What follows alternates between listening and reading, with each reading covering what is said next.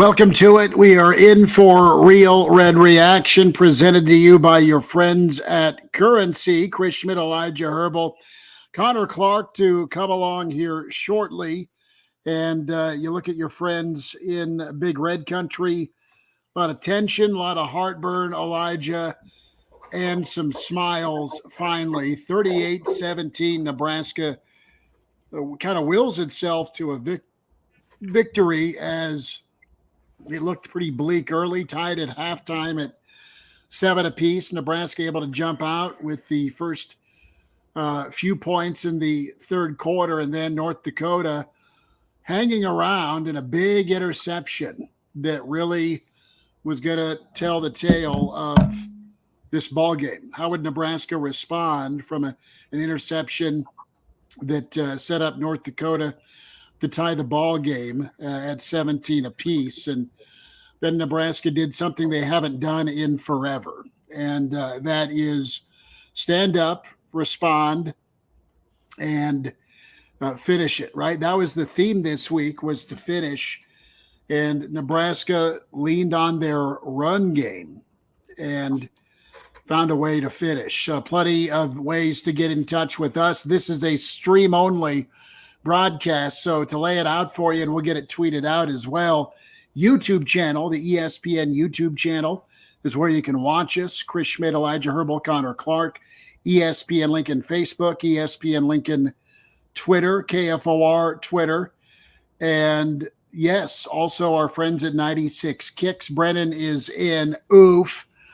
I still don't think you can let this win outshine the fact this was another ill-prepared team.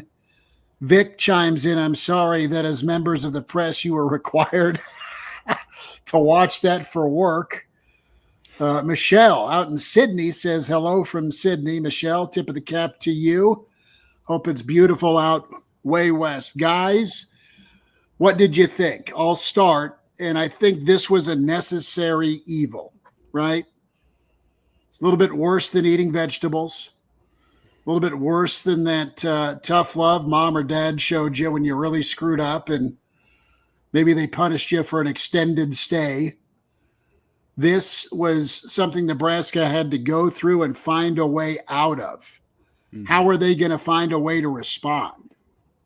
And while it wasn't banner defensively, your leader, your heartbeat on this football team did it in Garrett Nelson with the strip sack. O'Shawn Mathis came up big when the game was in doubt with a sack and then also a pressure. But above all, fellas, it was the run game. It was Grant. It was A.J. Allen. It was the offensive line. It wasn't throwing the football to win, but it was leading on the ground game to get it done in that second half. So does this mean Nebraska is going to go bowling? No. Was this UGLY? Absolutely. But there's at least a little bit of lipstick and makeup put on it in that second half. That 5-minute mark beyond in the third quarter, Nebraska was able to shake themselves, respond with a big run, a big play with Grant. But then also, aside from the squib kick, which all of Twitter melted down, my son even sent me a naughty, nasty text. What is this guy doing? It was something that Nebraska, I think, can point to and lean on from a confidence standpoint that they actually, yes, did find a way to get out of their own way and overcome. Well, thank God the Husker offensive line was able to get a push eventually. I mean, it was the body blows of running that ball with consistency through the first half that allowed it to open up in the second half. But that's what they're expected to do. The North Dakota defensive line does not have a single guy who weighs more than 280 pounds. That was a small defensive line. It was a small offensive line. Yes, I'm glad that the Huskers were able to take control in the trenches, but really that's what's expected of them. The performance as a whole, I don't think there should be positives taken out of it aside from the fact that you got a W. There is, I think, more question marks surrounding this team after this week than there was after last week against Northwestern.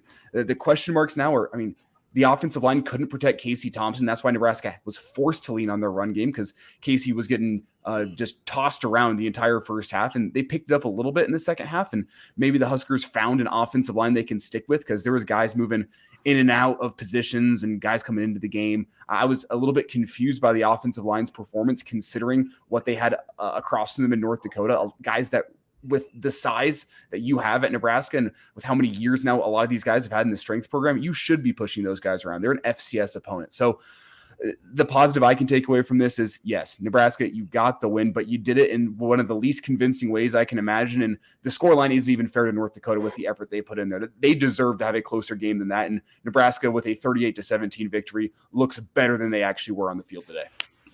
Connor, some takeaways from you, bud. Well, I hope you guys can hear me first. I got you. Mm-hmm. Okay, good. Well, going off of what Elijah had to say as well, it was probably the least convincing way you could have won this ball game, because the questions surrounding the offensive line still linger. And you mentioned that not a single guy on that defensive line weighed over 280 pounds. And half the time, especially in the first half, this Nebraska offensive line, it didn't really matter who it was. They just got beat off the ball, whether that's technicality-wise, with schemes, with technique, whatever. They just got beat. And there were multiple instances where Casey Thompson was running for his life, as Elijah alluded to, and it was just tough for him to get going in the first half because of the lack of protection. We saw a lot of guys just get beat with stunts. The inside was left wide open. I know offensive line coaches like to say, hey, don't be a swinging door. Well, that's exactly what a lot of the offensive line was during that first half. And that did not help out Nebraska whatsoever. Luckily, they did establish a run game at some point in this game. It was nice to see Anthony Grant get chunk plays, and A.J. Allen as well, a couple of chunk plays for him, as well as a touchdown. So those were the positives, I guess, that Nebraska was able to establish a run game eventually. But the offensive line is far from a polished, finished product for me. Elijah, folks want to get in touch with us. We've had a few chime in on StreamYard, but lay out with, if you can, technically, since this is a new adventure for us. We're not on the radio. We're just streaming. So all the digital and social platforms, 96 Kicks, Facebook, KFOR's Facebook, ESPN Lincoln's Facebook, also ESPN Lincoln and KFOR Twitter, and then, yes, the YouTube page, the ESPN Lincoln YouTube page. Is that where folks need to go? It's the Real Red Reaction YouTube page. A new YouTube page has just been created. So if you're watching us on StreamYard, want to send the link out, you can go look us up. Real Red Reaction, enter that in the YouTube search bar, and it should pull us up live streaming. And then the recorded version of this will also be available on YouTube after we are done here today to check it out there. And if you're having any issues, ESPNLincoln.com, you can go there, and there's a landing page for the Real Red Reaction show where you can jump in, and it'll shoot you over to that YouTube link. So all great locations. And yes, this is a new adventure with us not being over the air today, but we hope it's going to provide less of a log jam on our phone system over at the Studio A, and give people a good chance to chime in via the comment section. And maybe we can play around today with sending out the link to get into the StreamYard, and we can have some people join us actually in this stream session. So if you do want to say more than just leave a comment, you'll be able to jump in. We might play around with that today. We'll see how that goes. But again, Real Red Reaction Show brought to you by Currency. Big thank you to the title sponsor, Currency, for allowing us to put this on here on the live stream. And this is kind of the way the world is moving with everyone. They don't necessarily hop in the car and flip on the radio after the game anymore. They hop on Twitter. They hop on Facebook. We hope this is a good way to cater to you people to be able to get some reaction. I just put it out on my Twitter as well, the YouTube link, and guys, hit that on your socials as well. But they may not be going to the car after this one, but they sure as hell are going to the bar after this. And more comments when it comes to Vic chimes in. My dogs were not playing nice until they got sent upstairs. My dogs have more fight than Nebraska, Vic.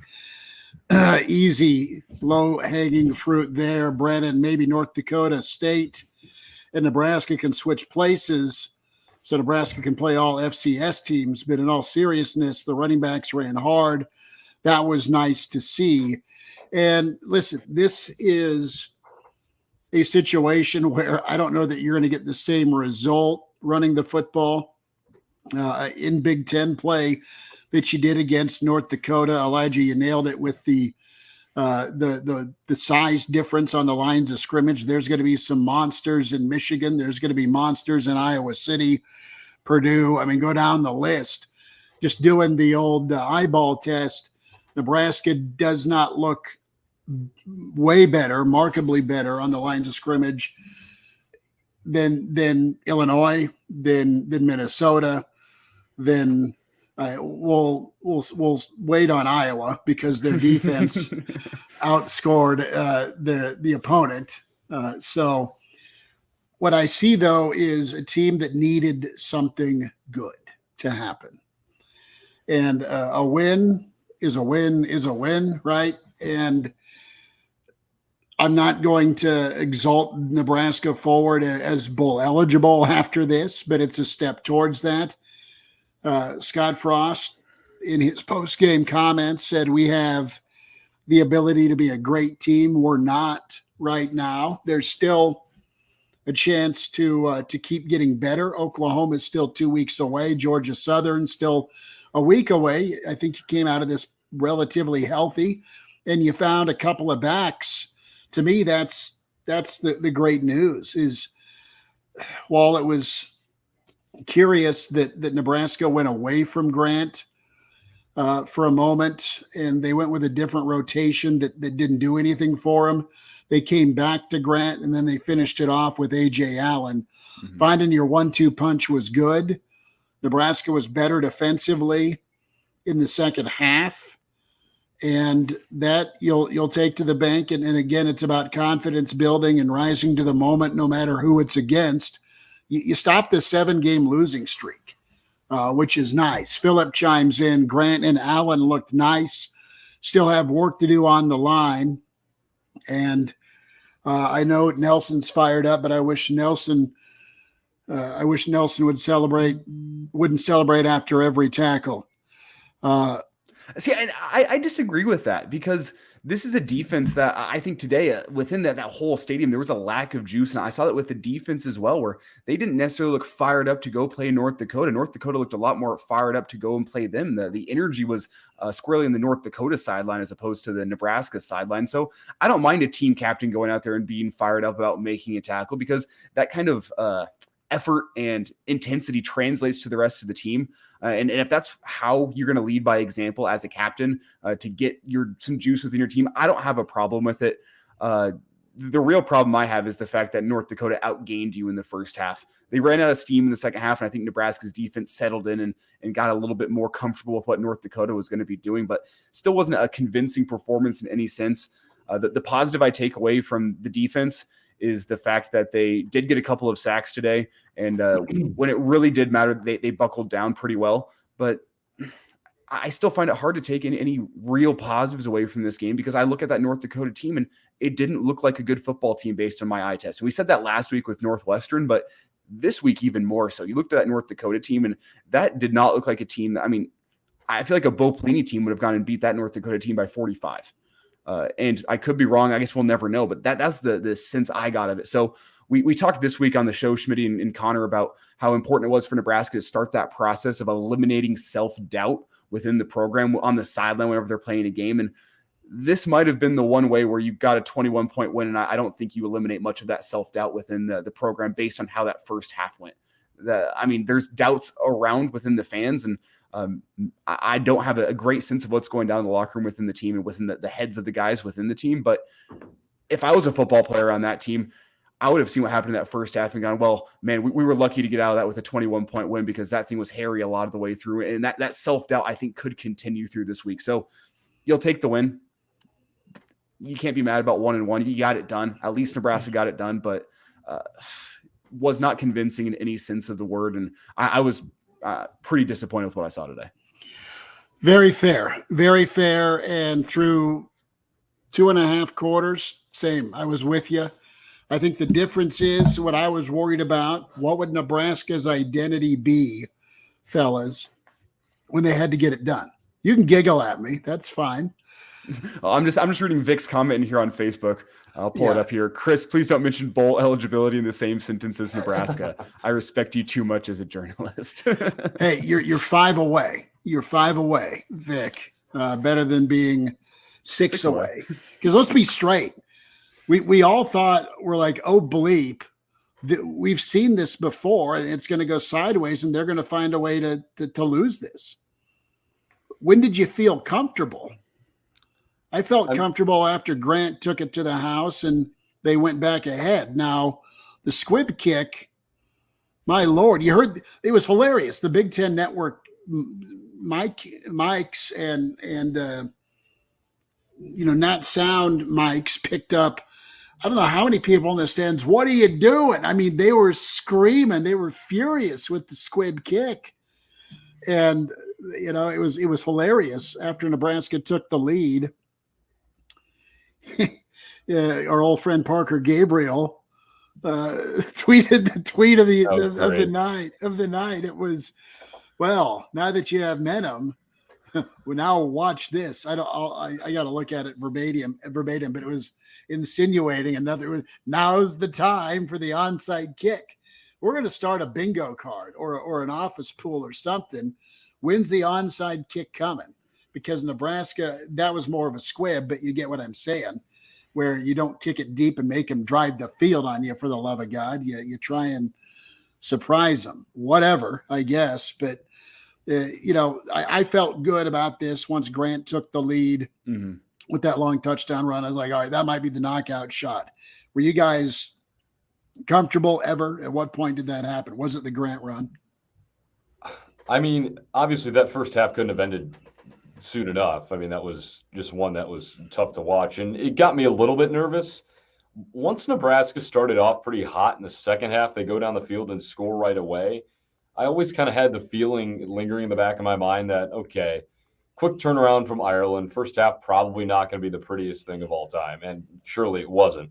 And they get into the second half and, okay, they start fast. And I kind of always had a feeling that Nebraska's probably going to pull away. And I don't know if you would consider what they did today pulling away necessarily. Well, the game was tied at 17. That's when my eyebrows started to get raised a little bit. But I would agree with you, Schmitty, when Grant took it to the house to give Nebraska the lead for good at 24-17. That's when it was like sigh of relief, like deep breath, like, okay, let's go finish this ball game. And I think that's when I could really say that I was comfortable. I don't think I was ever like nervous, like, oh my God, we're about to lose this game. The interception and they went and punched it in right afterwards. That's the point where I felt like there might have been a curse put on this team where I was like, I don't know. I know it's been joked about ad nauseum, but when that happened, I went, even then for me, I didn't really, and I don't know why, but I didn't really think that like, oh boy, like we're going to drop this game. Because when did that interception happen? How much time was left in the ball game? That was in the third quarter, right? About 5:30 left in the third. So even then, they scored twice, I mean, a touchdown and a field goal in 90 seconds. But you get the ball back, and then you take the lead right back shortly after, and there's still a ton of football to play. And I know there's been so many instances of where this team just hasn't been able to hold on, but it was, it almost felt wrong not having a little bit of confidence in our guys that they couldn't go out and make it happen. I just never was in fear of Nebraska dropping this game. I was absolutely in fear of Nebraska dropping this game just because of how the first half ended, North Dakota's response. I'm definitely in the minority when it comes to that. No, that's yeah. Okay. Sorry. Got a few channels going. No, but I mean, for Nebraska to find a way, I don't care who the opponent is. That's my silver lining. That's what I'm taking with me if I'm in that locker room. Okay. And Elijah, you're not wrong. You're absolutely not wrong. And Connor, you're not wrong saying consider the source, look at the opponent. I'm just pretty realistic that this team just right now isn't very good. And I would agree. They're not very good. And I don't know how good they can be. So any win right now is better than the alternative obvious take. But a team last year would have found a way to lose that game, just like they found a way to outthink themselves a week ago in Dublin, considering all of it, where Casey was never real comfortable. He did throw that punt up on 3rd and 12. Trey Palmer made a monster play to get you out of the shadow of your own end zone. And then you kept leaning on your horses. You had better dudes. You went to them, and it worked out. There was more push. There was more 5 and 7 yard runs on top of the home runs with the run game than we've seen in quite a long time. And yes, it's against an FCS, but North Dakota, how comparable are they to South Dakota State? We'll see. I mean, you had App State, and I know they're not Division II anymore. They put up 40 points in the fourth quarter and scared the hell out of North Carolina. So in the world of college football, you're just going to take a win, build on it, and I think this team can actually teach and grow from it after a win. When's the last time they've been able to do that? It's been forever. I mean, it's been since Northwestern last year. You're working on a 7-game losing streak. So you take it, and you're playing D plus football right now. You've got to flip that for sure. And I think there's potential for this team to flip things. As you said, like, this season is not dead by any means. And I think this team has got a lot of upward potential within them, not only because of the kind of athletes I see in the field, but because of what Scott Frost-led programs have done in years past. If I've learned anything about the team this year is there are slight tweaks to what we've seen the past couple of years, but this is still what we've come to expect from a Scott Frost-led football team. And what I've come to expect from a Scott Frost-led football team is a team that does incrementally get better week by week and looks like a completely different product by week 12 as compared to week 1. So I do think this team has got a lot of room to grow, but there are big question marks surrounding this team right now. I can't disagree with anything you said, Schmitty, but I'm just going to lay out a couple of reasons why I am nervous moving forward for this football team. Not even looking ahead to Oklahoma, but looking ahead next week to Georgia Southern. Nebraska, again, lost the turnover battle today. They overcame it, but 2 turnovers for Nebraska, only 1 for North Dakota. That is a serious problem that has not seemed to be able to be fixed during any time during Scott Frost's tenure at Nebraska. It's one of those things that I don't know if you can put a finger on why it's happening, but it keeps on happening. You had a 100-yard rusher for North Dakota today, 10 rushes, 104 yards. And obviously he gashed you on the big one. I think it was a 60-yard rush right up the middle, a wide open hole. Marquise Buford did a good job dragging him down, but it was a long rush. He did, though, get 100 yards rushing there. And North Dakota, as a team, rushed for 175 yards for a 5 yards per carry average. I think it'd be a lot better if the tackling had been cleaned up more in the first half. Tackling did look a little bit better in the second half, but 5.3 yards per rush is still a big concern for Nebraska. And then one more thing is you have had 2 quarterbacks, neither of whom have really impressed me in the first 2 games of the season, in Helinski and Schuster. And both of these guys had high completion percentages. Schuster, not that much in terms of yardage, only 131 yards, but he went 24 of 37 today. And this is after you had Helinski go, I believe, 29 of 38 last week. I could be wrong on my number there, but these are 2 quarterbacks that neither of them impressed me all that much, and they are just picking apart the Nebraska defense. Maybe not deep, but they are able to fire in rhythm, 3-step drop, and there's a lot of guys open underneath. So there are concerns moving forward. I'm not a coach. I don't know how to fix these problems, but these are things that are going to be big concerns as you move ahead into Big Ten season. I mean, if North Dakota can rush for 175 yards against you, what's Wisconsin going to do? 350, 400? Well, they've done it before, and they've done it in 3 quarters. So, right. Ben chimes in, how long until the new players and new coaches come to gel and become a team? Do you see that starting to happen yet? I think comment from Ben there. No relation. No, that's okay. That's okay. We'll take all in this new streaming only venture here. Real Red Reaction presented to you by Currency. Listen, the new guys showed up. Tommy Hill had a pretty good game. I know he had a couple of penalties, but I thought he played good football. I thought in the first half you were getting good push by the Polar Bear. That was good. Garrett Nelson was solid. I thought Caleb Tanner was really good around the football. And your work by Mathis when it came down to crunch time, got a sack and then also got a hurry. That was big. And your reality is we're not going to know probably till midway through the year just where Northwestern's at. Okay, where are they in the pecking order? And we'll know about Oklahoma. Do they boat race Nebraska? Do they put up as many points as possible on Nebraska? Does Nebraska play up? Part of the math that's hard for me on this is the context. And the context is you're coming off of a just demoralizing loss. It's overseas. You jump right back into it. And then you let these guys hang around. They're not physical on the offensive line. They get blown out too often on the interior, like our buddy Sharpie was talking about. Can that improve? Or are they what they are after 2 weeks? And I'd like to think that they're going to get better and improve and be serviceable, not great. They don't have to go win a game for you. Can they grow to the point where they can keep you hanging around in some ball games? Because that's the name of the game in the Big Ten. What do you have with Casey Thompson moving forward? I know he went to the tent once, but I did like the fact that there was 3 quarterback runs by him. That was incorporated in the offense. That was big. You had a situation where it was 2-1 ratio-wise with how Nebraska went about their offense. 41 rushes to 21 pass attempts.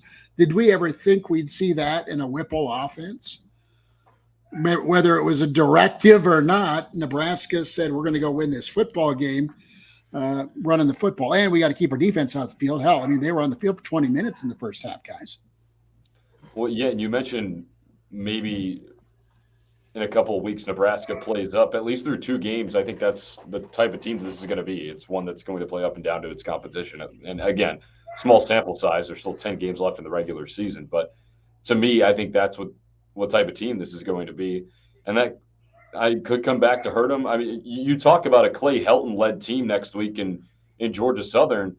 I think after this game, all of a sudden, like, whoa, like that game was important before, and now it's even more important heading into next week because you know they are going to come in well coached, and they are going to be intelligent, and they're going to swarm the ball, and they're going to want to put up points in a hurry. So I think that game becomes even more important than it was coming into the season and even into this week. But yeah, I mean, you mentioned it was nice to see Mathis get in on crunch time, and he had a sack and a hurry, as you mentioned. He was coming off the edge. It looked like he was shot out of a cannon on a couple of those plays. The defense really did settle in late in that ball game. I saw a couple of corner blitzes, which I actually really liked. And then the Mark Whipple offense that ran the ball 41 times today. Who knows if that was an order to do that, but hey, it worked out. And Casey Thompson did go to the tent once, but it seems like he's in good health. And I think that's one of the more important things for this Nebraska team. They came out healthy, and now they have to look forward to another game in a non-con opponent, a non-Power 5 opponent, but one that will test you. And they will come into Memorial Stadium with the juice, and they will be a tough opponent to put away. We could see a similar game next week like we did here today, and I think this team is, at least through 2 games, is going to be one that plays up and down to its competition. And I want to pose a question to both of you guys here. It's going to be important for this Husker football team moving forward. If they want to consistently move the football, I think they need an identity with their offense. And through 2 games of the season, I can't quite put my finger on what the identity of this offense is. Last week, you thought, oh, it's going to be Casey Thompson and this quick passing attack, setting up some runs potentially, and maybe it's going to take a couple weeks for the running game to get going. But after today, I go, well, the passing game did not look good in any sense of the word, and there was very little short passing game. Maybe that's an effect of Travis Vokalek not being on the field. Maybe you felt you had to stretch the field more, or maybe it's a case where the running game started getting going and you decided you want to take more shot plays off of play action to try to take advantage of that. But I still can't quite figure out what the offensive identity is for this Husker football team. And this is something they need to figure out fast. They have 13 days to get it figured out by the time Oklahoma comes down. And with what Connor is saying about Georgia Southern, you might have 6 days to get it figured out. What is your offensive identity going to be? And I think you could ask the same question defensively as well, because last year the defense's identity was a team that was physical and they played fundamentals well. They didn't bust very much, and they were sure tacklers. Did I say sure tacklers? Sure tacklers didn't bust very much, and they were physical. That's what the identity was last year. This year, I don't see a defensive identity. They're not a defense that flies around and makes splash plays in the backfield. They're not a defense that's taking the ball away with consistency. They're a bend but don't break defense is the best way I can describe it, and they've broken a few times already this season. So while I put it out there for the offense that they need to find an identity, the defense needs one too. And I want to pose the question to you guys. Do you know what either side's of the ball's identity is going to be this season? No, you don't, because you're not strong on either line of scrimmage. The the identity is, let's get the playmakers some plays and hope they can do it. Let's hope there's enough of a crease with the offensive line with this unbalanced look to get a seam for our dude to make an incredible jump cut in what Grant's been able to do. Same with Allen as he gains confidence as a true freshman. To find a guy like Palmer, right, to go up and get it, high point it on a 3rd and 12 inside your own 15. You're going to ask some of these 4 and 5 star athletic freaks to go make some plays. Defensively, God, man, your guess is as good as mine. It was supposed to be the edge, right? It was supposed to be the pass rush. It was supposed to be Tanner, Nelson, and Mathis. And while they came up decent in the second half, the story has been your inability to stop anybody on the interior. And the other story has been the amount of missed tackles. Now, you had Phelan in at safety towards the second half of the game, which is fine by me. The guy was in right position, and he's a pretty sure tackler. Some of the other guys have not been. I mean, and I'm not going to pile on E. Hausman's made his first start today at linebacker. He was in the right spot. He's athletically talented enough to get where he needs to go. They didn't really stress him much in coverage, but it's the game speed, right? It's the game speed that these guys got to get up to. I wonder what they're doing practice-wise. I know they went heavy when they got back from Ireland, but you either can tackle or you can't, and you either recruit that or you build guys into tacklers, and you do that through more contact. Well, in today's day of college football, you don't have as many contact days, so it's more about building up, and then by the time the guy's a third-year guy, he's solid and ready to go. I have no idea identity-wise what their defense is. It's not getting after the quarterback. It sure as hell isn't stopping the run, and it's not making tackles, and it's not making TFLs. So the defense is still a monster question. Offensively, okay, you didn't make your quarterback go out and win it for the first time since when? You let your running game and your offensive line do it, and that's how you moved forward. Whether that was a Whipple decision or a Frost decision, whatever the brain trust came to was the right decision with Nebraska as far as how they wanted to finish out this game. And they did finish, and you'll take it, and we can grumble about it, but you can pour a beer for the first time in almost a calendar year, and it's a victory beer versus a what the hell did I just watch beer. You can still make that part of the conversation, but at least it's going to taste a little bit better since it's a victory beer. It's kind of like a half and half between victory beer and what was that, but at least you'll feel good doing it. Go ahead, Elijah. Yeah, I just want to say there's a lot of doom and gloom in the comments. This one that stretched me from Vic. Vic, love you. He said, if your Trevin today was October 1st, would you keep Frost based on these 2 games? Well, Vic, I'll say thank God it isn't October 1st. The job, the task this season and today is to go out there and get a W, because at the end of the day, an ugly win is exponentially better than a pretty loss. Last season, you had a lot of pretty losses, but a loss is a loss. Today, it was an ugly win. I didn't like watching the game one bit today. but a win is a win. So I think you're glad it's not October 1st if you're Trev Alberts. I would have loved to be a fly in the wall of Trev Alberts' suite during halftime. Would have loved to. But at the end of the day, a win is a win. And even if it's ugly, you still got that one in the win column. And I think that's all you're asking from Scott Frost and the team this year. I mean, if you go win a 9-6 football game against Iowa at the end of the year, and that's looking super far ahead, and it's ugly. I mean, we watched the Iowa football game today. Ugly performance, but Iowa got a win in the column, and I don't think any Iowa fans are going to be mad about how ugly it looked. And I think Husker fans can maybe take a page out of that. Like, it was an ugly win today, and I know fans are unhappy with how it looked, but an ugly win is still a win. Well, would we be upset if Nebraska was the most repulsive team in college football to watch this year based on win? I mean, it doesn't really matter how you get it at the end of the day, right? I mean, Elijah, you just said it. A win is a win, and anything you can get in the W column is going to count, and you're one step closer to a bowl game. The ratings may go down because it's just ugly football to watch, but you know what? If you're getting wins in the win column, I think that's all Big Red Nation can really ask for, right? And I don't want to talk about Iowa too much here because this is a Husker football talk show, reaction show. But Iowa's been making their hay playing ugly football for years now. It's not appealing to the eye, but they get wins. And I've seen Husker fans saying, man, what I wouldn't give to have a program like Iowa where they get the job done, they play clean football, and at the end of the day, a win is a win. So, I mean, I know I've been a little bit doom and gloom during this reaction show here, and there is a lot of concerns with this team moving forward. But let's take a look at this game as a whole and just be glad Nebraska escaped with the win, because I'll go back to something Schmitty said earlier, and that's if this had been 2019, 2018, even 2020, would you bank on Nebraska to get the win? And I'll say no, but they got the job done today, and that in and of itself, despite the fact that the product on the field did not look like progress from last season, the fact that you got a win in the win column is progress from last season. We may make contact with JP. He was at the post-game press conference. He has the link, correct, Elijah?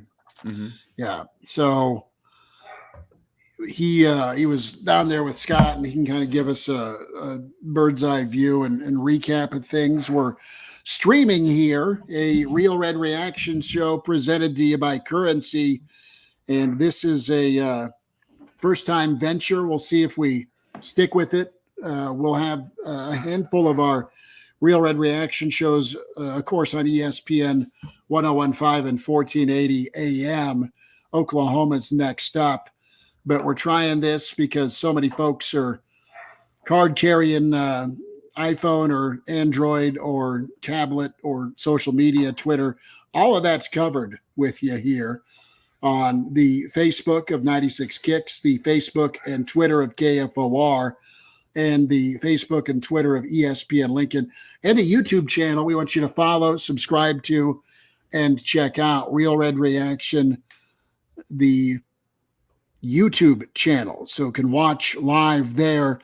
The title sponsor here for Real Red Reaction is Currency, and Currency is powering this post-game coverage here. And the Currency folks do a great job. They are all over it when it comes to finding a way to help you finance vehicle needs.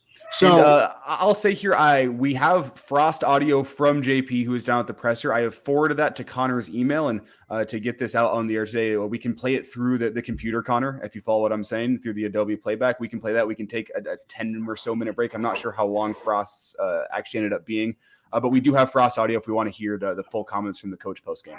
Yeah, let's do that. Let's play Coach Frost and his post-game comments.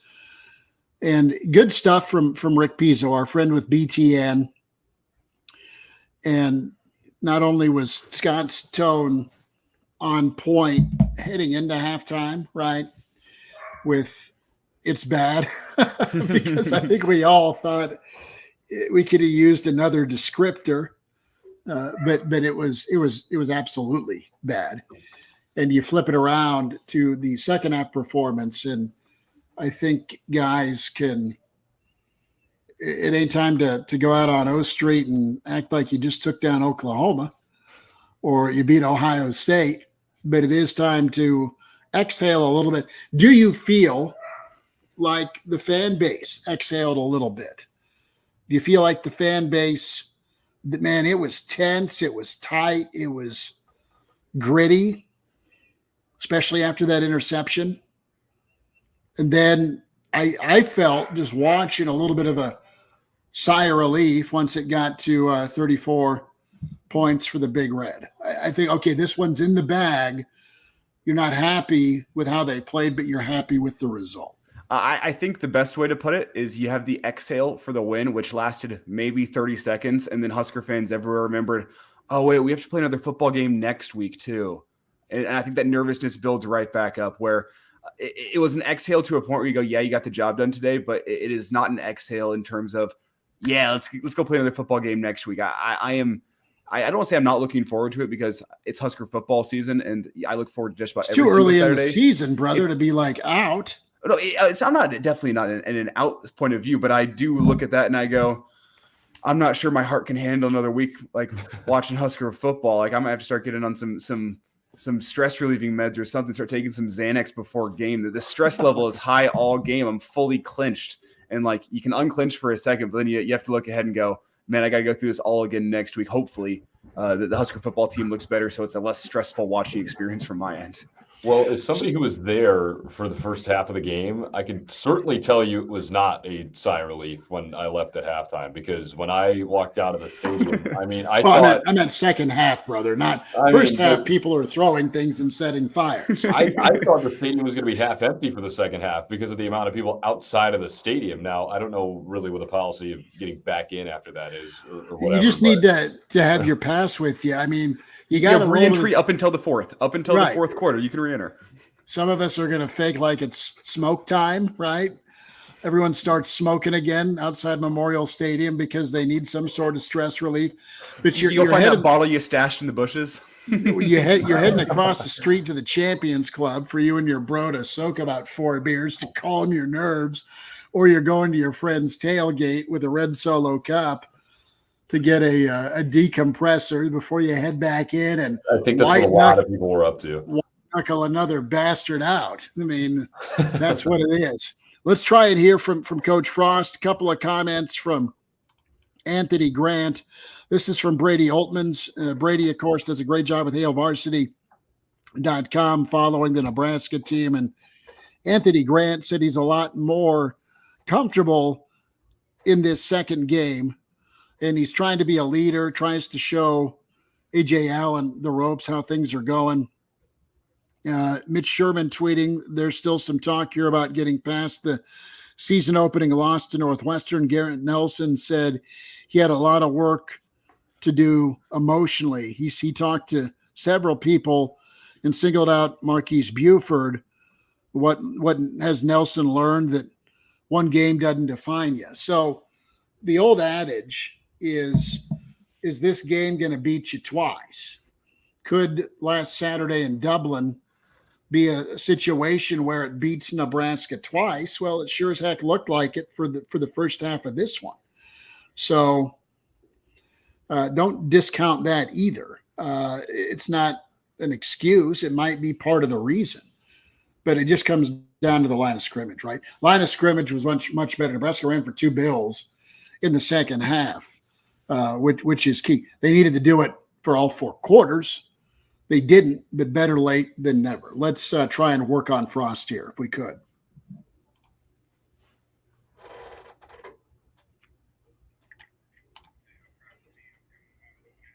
I can hear it faintly in the background. Is the program on for the Adobe one?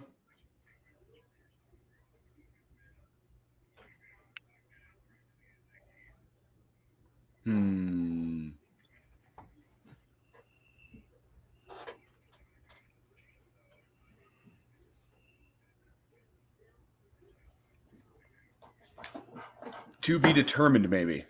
Yes, we shall wait and see. Because I don't know about you guys, I can hear that loud and clear, but faintly in the background for both of you. Couple more comments. I'll read here from Scott Frost. I'll let you two work out the technicalities here. But Coach Frost, again from Mitch Sherman here, declines to answer a question about play calling, specifically who called plays in the first half and who called them in the second half. The coach says he'll never get into that publicly, added that we've got a lot of smart people on the offensive staff. So who was doing the play calling? Whipple's more of a pass guy and Frost more of a run guy. Quick update here. Notre Dame leading Ohio State 3-0. The Irish have the ball first, second, and 13 at their own 2-yard line. So early lead for the Irish. I think we may have another chance here with the Scott Frost audio. Okay. Let's see.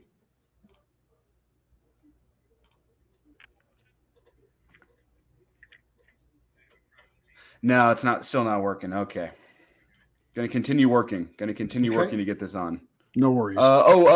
Connor, the program button at the top of caller. Let's try that.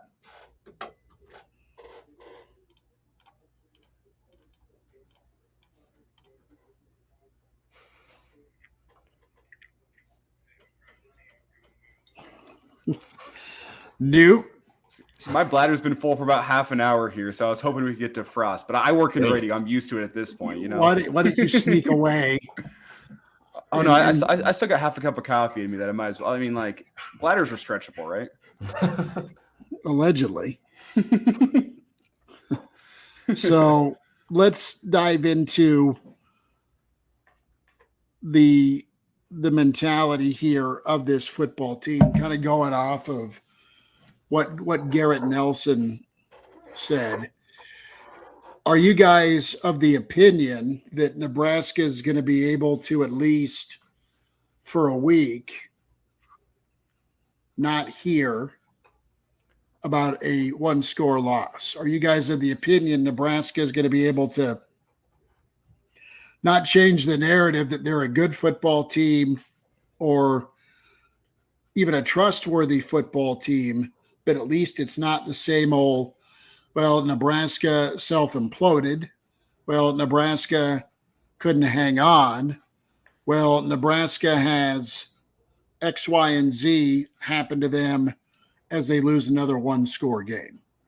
Does this give you a little bit of breathing room, at least within that locker room? Does this stop the swirl of noise outside the stadium with Frost and Job on October 1st and all of that? I mean, it's a win. You're at 500, and you go into this week with a little bit of momentum because, hell, it's a win. And the way you finish, the way you close. I'm going to keep repeating the finish part.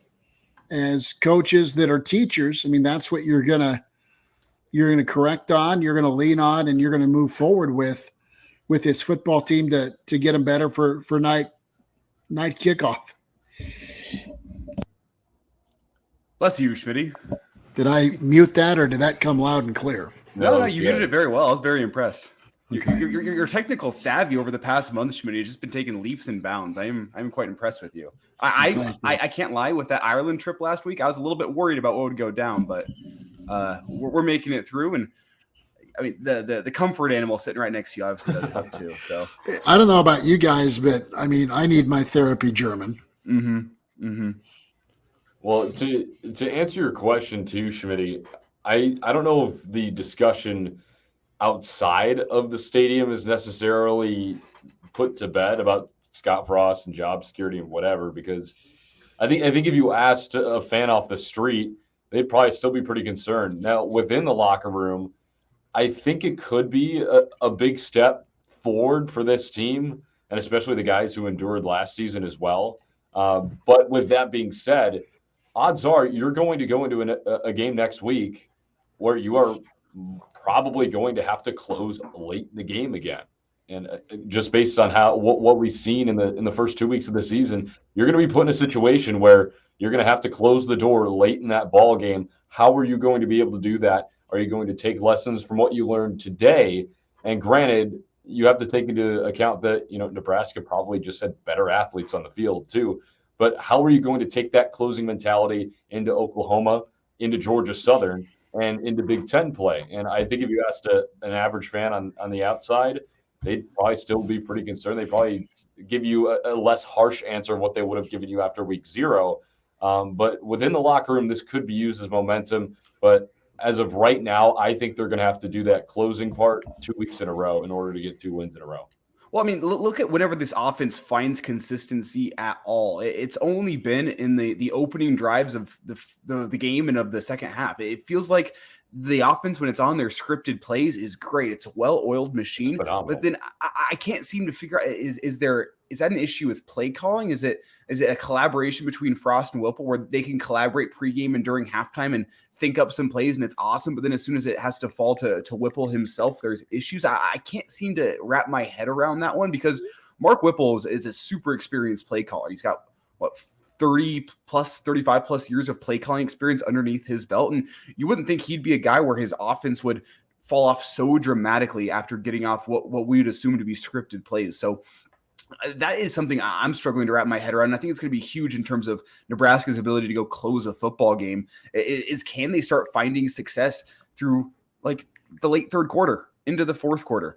Can they go find success in the second quarter with their offense? Because off of these scripted plays, this offense looks completely different than when it's on its scripted plays. Nebraska flew up the field its first drive.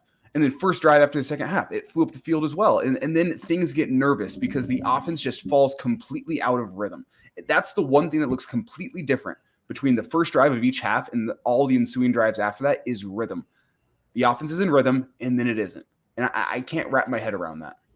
Well, part of it is personnel, okay? Part of it's personnel where you're having success with Grant. Okay, and I know he just ripped off a big run. You get a 3 and out, but then you put Irvin in, okay? And we all want to see Irvin bounce back. We think he's a pretty talented kid, but time and space are important. What have they been doing with A.J. Allen, right? They know A.J. Allen likes to run some A and B gap stuff, and that's what he's primarily done. They haven't really tried chucking him the football much.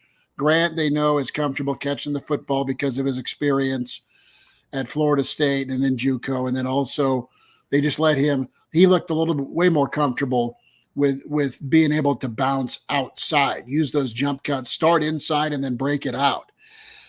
That was big. But when they put Irvin in, it's like they tried to flip him the ball, and it was not comfortable. And then he had a carry that didn't go very far, and that just derailed any flow or rhythm you're speaking of, Elijah. It's funny. Why go to Irvin at that point unless, okay, he's shown me in practice he's our number 3 back. Let's go to him there. I would have taken a little bit of a gassed Grant or AJ versus going with Irvin in that moment, because that just kind of blew up your drive, and then you get a hold. Talk to me a minute here about the unbalanced line with what you know about it from an offensive line standpoint. And it seemed like Nebraska has had some success running the football that way. It's all about trying to get a numbers advantage. So the defensive line now has to set up, say you're unbalanced to the right. They have to line up as if the right guard is the center. And it's all about trying to get a defense uncomfortable in their alignment pre-snap. A little bit of confusion can happen there. And then B, it's about getting that numbers advantage on whichever side you're trying to run the ball to. It's a little bit weird whenever you have such an overloaded side of the ball that it creates a lot of cutback lanes, because something that looks like it would be going, off right tackle is now more looking like it's going off right guard. And it basically, to me, is a cop-out with your offensive line in a sense, and that you're trying to confuse the defense and use the scheme to your advantage in order to open up some rushing lanes for you because you don't trust your offensive line. But also it's something that they went back and did as early as last season. And they did it in a different way last year where they were bringing in a backup offensive tackle. I believe I remember it happening a decent amount in the Oklahoma game with Teddy Prohashka coming in wearing a tight end's number and getting on the end of the line of scrimmage. It was a different way of doing it. But it's kind of the same concept at the end of the day. But to me, it's a way of saying, you know what, our offensive line isn't getting it done straight up, so let's try to give ourselves an advantage through scheme and through a little bit of confusion potentially from a defense. I'm going to try and run Frost off of my phone here, so we'll sit back and enjoy. Proud of the team coming away with a win. Certainly didn't look like I thought it would look like. I think the team planned for it to look like. But I told the team we got a bunch of winners in the locker room. They found a way to win. A lot of good and a lot of bad, frankly, in that game. Always better to learn those lessons in a win than a loss. There was a ton of good. I thought at times we looked really explosive on offense. At times we looked completely out of joint. Little mistakes here and there on offense cost us a couple drives. They did a good job keeping the ball away from us. Defensively, kind of the same thing. And I told the team after the game they played really well, and give up a chunk play, and really well and give up a chunk play. And overall, I thought the defense hung in there, but we can be better. Some dumb plays on special teams that I know are getting coached because I'm in the meetings and listening to them, and those things need to get better. My message to the team, I don't mind sharing with you. It's been an interesting camp in that we got a lot of new guys on the team, on the staff. Those guys see our team and the talent on our team, and they're really, really confident in who we are. Got some old guys that have battled through a lot of adversity and been a good team before and haven't won. As a head coach, you got to balance telling them they're a great team to keep the confidence up with being honest with them and making sure we're continuing to get better. This team can be a great team. It's not right now, and that was my message to them. So that puts us in a perfect position to have the potential to be good, but know that we got a lot of work to do and a lot of things to fix. Questions? What was the tone and tenor in the halftime locker room? Like, if you came off the field and I think you were pretty fired up, did that continue in the locker room? Yeah, part of that was deserved and part wasn't. We only got 4 possessions on offense in the first half. I didn't realize that until after the game. We had the ball down there again, took a strip sack. Can't do it. When we get to league play, when you get the ball past the other team's 40, you got to be aggressive but careful to not ever give up points. And those type of plays that give up points can be backbreakers in close games. Glad it wasn't today. We're still finding our way a little bit. I love the guys I have on my office and staff. They're bright. They're doing a great job coaching. I think you can see the improvement by position. We're still figuring it out together, and the team's still figuring it out together, and the players are still figuring it out together. And in some ways, I thought we made some big strides from last week, but there's still a lot to fix. Scott, just that plays in the first half and who called the play. I'm not ever going to get into that, but all I'll say is we got a lot of smart people on the staff, and the more we can cooperate, the better we're going to be. The catch Trey made there, that moment, how big was that? Did you feel like it allowed your team to breathe a little bit on that and get that drive going? Yeah, the team did a great job of keeping its composure, but it was way closer than we wanted to at a couple points. And, in those moments, you got to have players step up sometimes, and we haven't always gotten that. And Trey stepped up, Garrett stepped up, and made a big play for us. Tommy stepped up and made a big play for us. Obviously, the running backs did. Got the O-line blocking really well down the stretch. So, hey, we've been in that situation a lot where we've been in a close game that can go either way. And sometimes you just need the guys to do what they've been trained to do. So does Anthony better than you originally thought? We'll see. I don't want to crown him yet. I know how Nebraska is. There's no need to clear space to retire his number or anything right now, but he had a good day. You like that combination, though, of him and AJ, and what do they do for you out there today? Yeah, honestly, I thought both those two ran great. Gabe Irvin's a fine football player. He deserves to play, too. Ramir Johnson was one of our workhorses last year, and he's still getting caught a little in between, and we got to make sure there's packages for him. Because I love that kid and what he's poured into this program, and he's a really good football player. We're running in that skill position. We're running into a little bit of a problem. We got a lot of guys that deserve to play, but I'm really proud of AG and AJ today. Both those guys are going to be good players around here. We got to make sure we're using all of them. What was the squib kick supposed to be look like? Thanks for calling it a squib kick. I meant to open with a joke about that. We have the smartest football fans in America, and I want them all to know that was not an onside. We practice that all the time. If we get a 15-yard penalty on the PAT, rather than kick it out of the end zone and give them the ball, we try to squib it and bury him inside the 20. And our aim has been off on a couple of those, and we hit somebody. So I'm glad that wasn't a penalty kick in a soccer game to win a game ready to hit the goalie in the face. It's been a while since you guys have won a game. How nice is it to have a good feeling leaving this place, and what can this do to the team to kind of give them some positive review? Yeah, I hadn't even really thought of that, and I know that's the reality. But this is a different team, and we got to make this team a team. It doesn't have a lot to do with losing close games down the stretch last year. It doesn't really have much to do with that, other in the scope of my career. I love Ted Lasso. Everybody that's around football loves Ted Lasso. We need to be goldfish, and I think they did a good job of that this week and just coming ready to go. We have a lot we can get better at. I think the team's in a great place because I think they're confident and they see the talent, but they know, hey, we could be a lot better than we were today. Couple more coaches. We can ask Casey, but what did he tell you he saw on that interception? In the second half, we moved the pocket a little bit, and I think that helps him sometimes. We got some time linemen, and I would guess that maybe he just didn't see the guy. They dropped 8 on that play, so they dropped into coverage, and he had time, and I was watching the route develop, and that's where the ball was supposed to go. He could have put it in a window, and I don't know if he was trying to throw over him or didn't see the guy, but, yeah, that's a big play.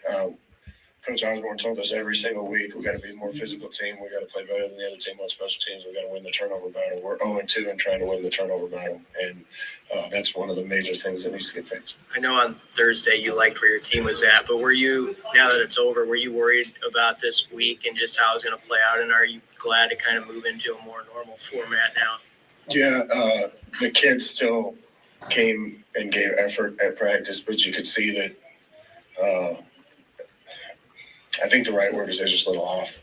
And I think that's natural. We had a couple of our leaders down this week.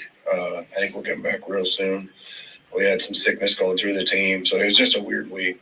Please don't take that as an excuse. It was just a weird week. I think you guys have all flown overseas and been kind of run down, and that's just what it felt like. But the effort at practice was great, and I don't know if that had to do with why it took us a little while to get started on offense, but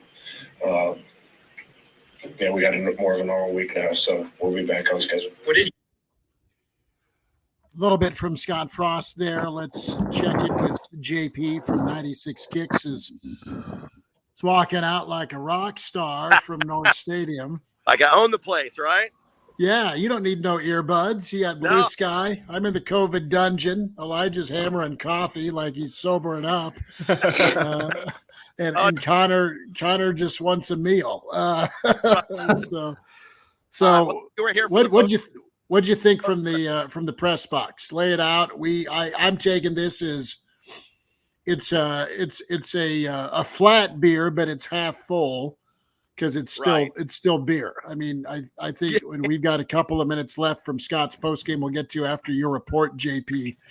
But it's a win, and they found a way to lead out a run game and finish. So I'm gonna take it and see what they look like next Saturday at 6:30. Yeah, W is a W is a W. That's all we can really hope for. Thankfully, Anthony Grant ran like he was on fire or was being chased by a Wolverine or something, because he played lights out. Luckily enough, his line got some good blocks for him to be able to make those plays. It wasn't pretty. It wasn't pretty at all from the press box. And there were a lot of questionable things that kind of got answered in the second half, but not really.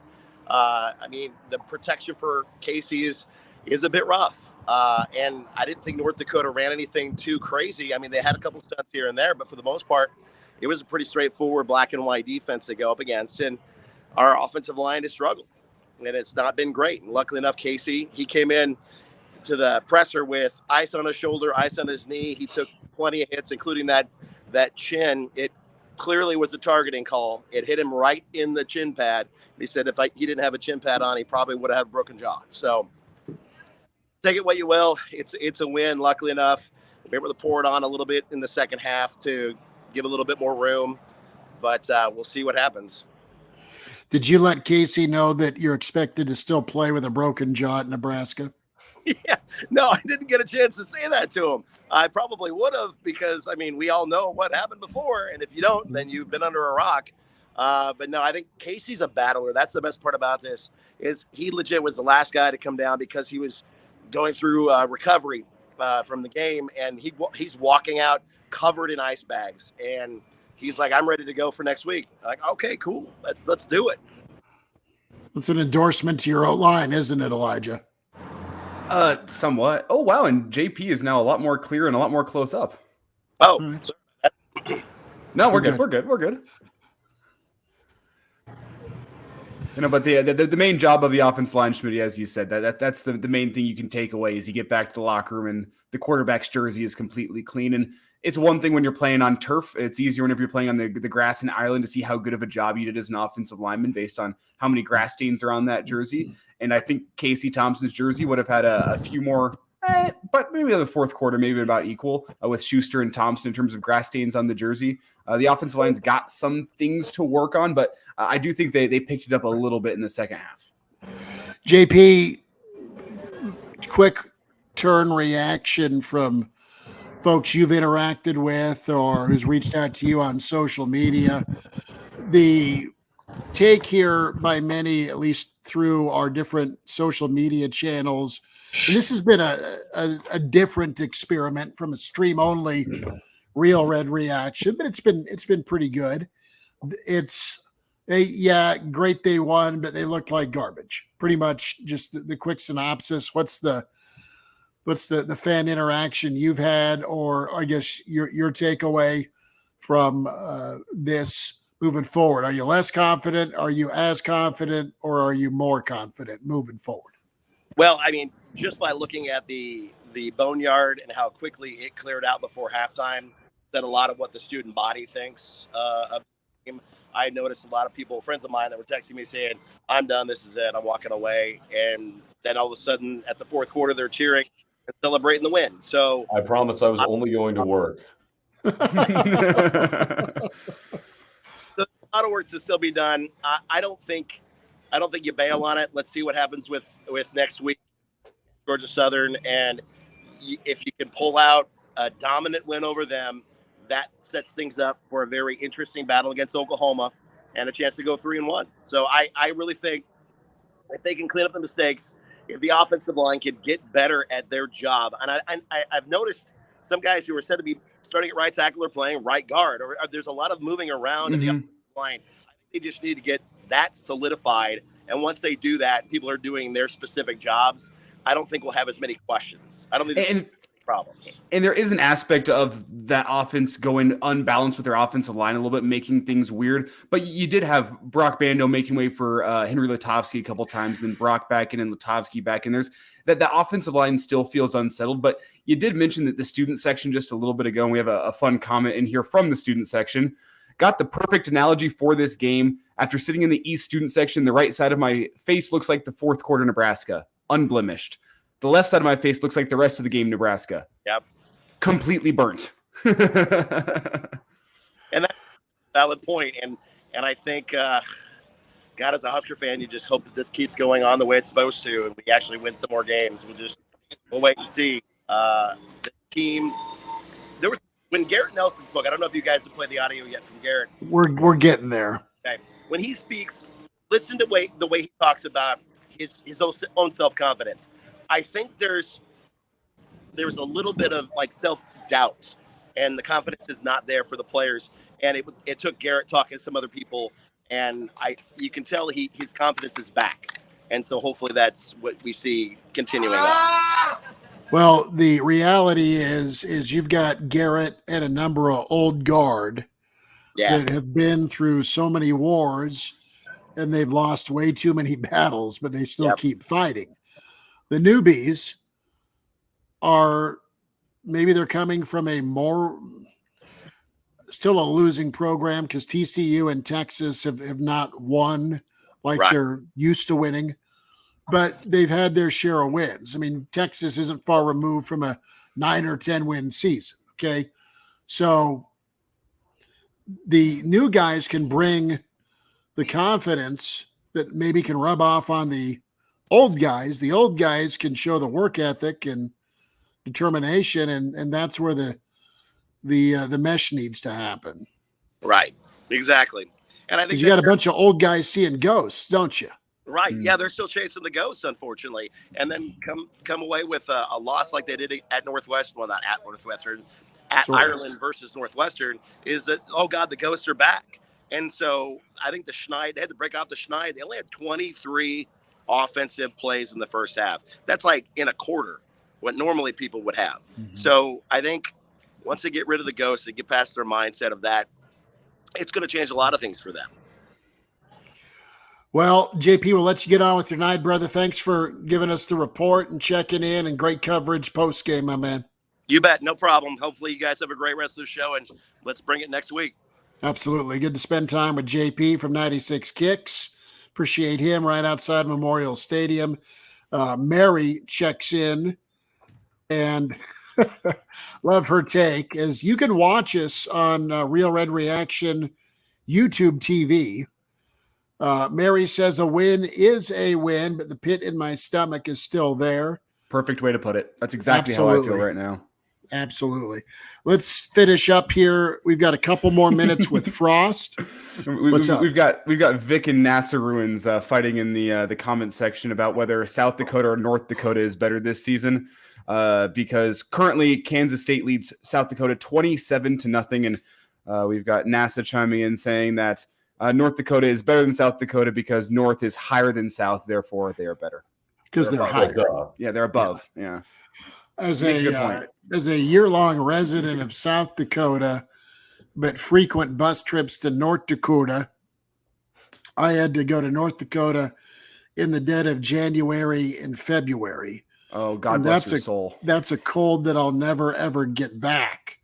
Now, the best juice bar I've ever visited in my life was a biker bar outside of Bismarck that had Phil Jackson's picture up in it. So I was pretty wowed by the natural beauty in Bismarck in my early broadcasting days. So, but no, South Dakota, I think there's not much that can beat the Black Hills. There's my commentary.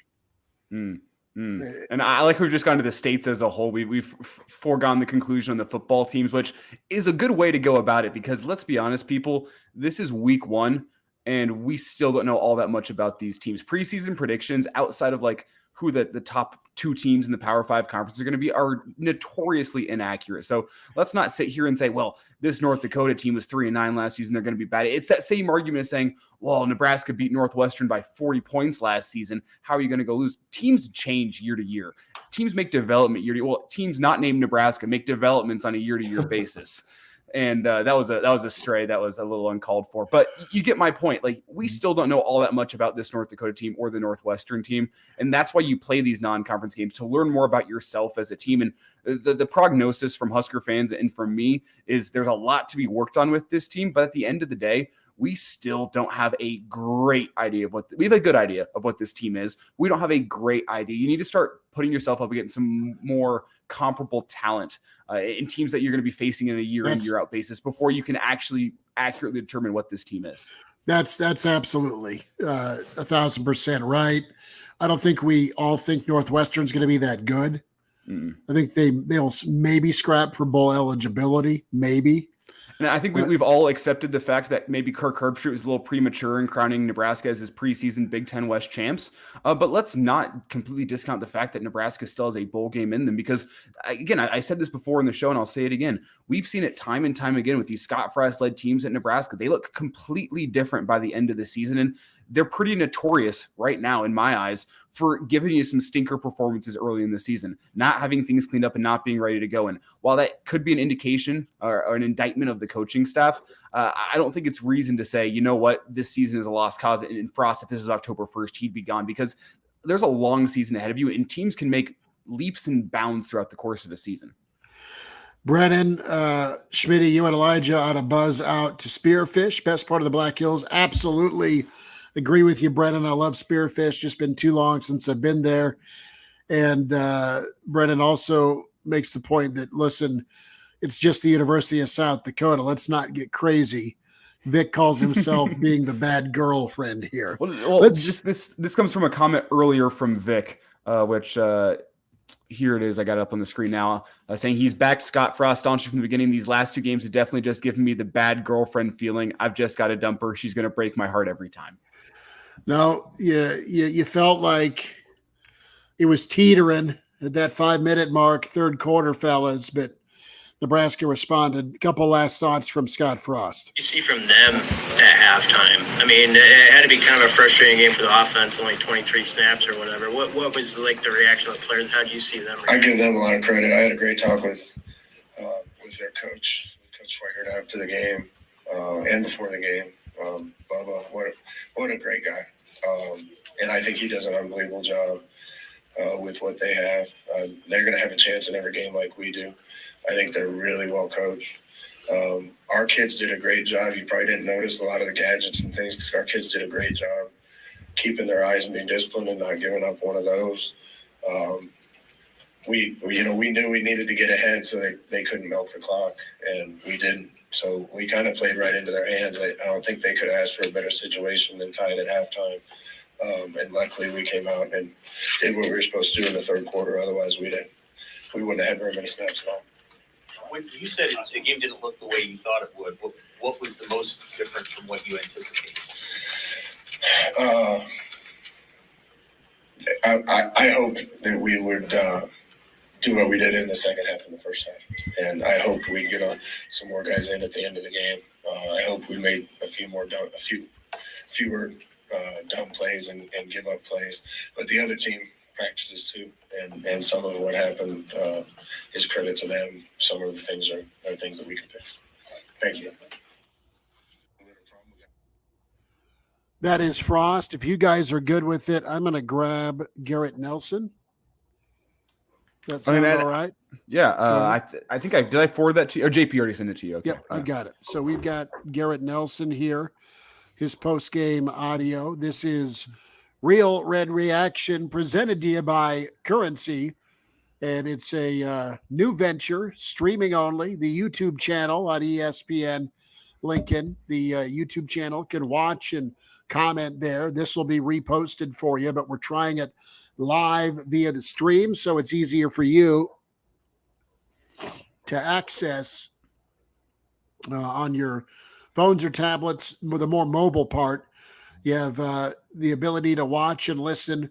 96 Kicks Facebook, KFOR Facebook and Twitter, and also on ESPN Lincoln Facebook and Twitter. Let me cue up Garrett Nelson, and away we go.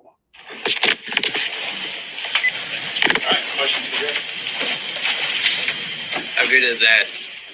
Just that sack, forced fumble feel after the last.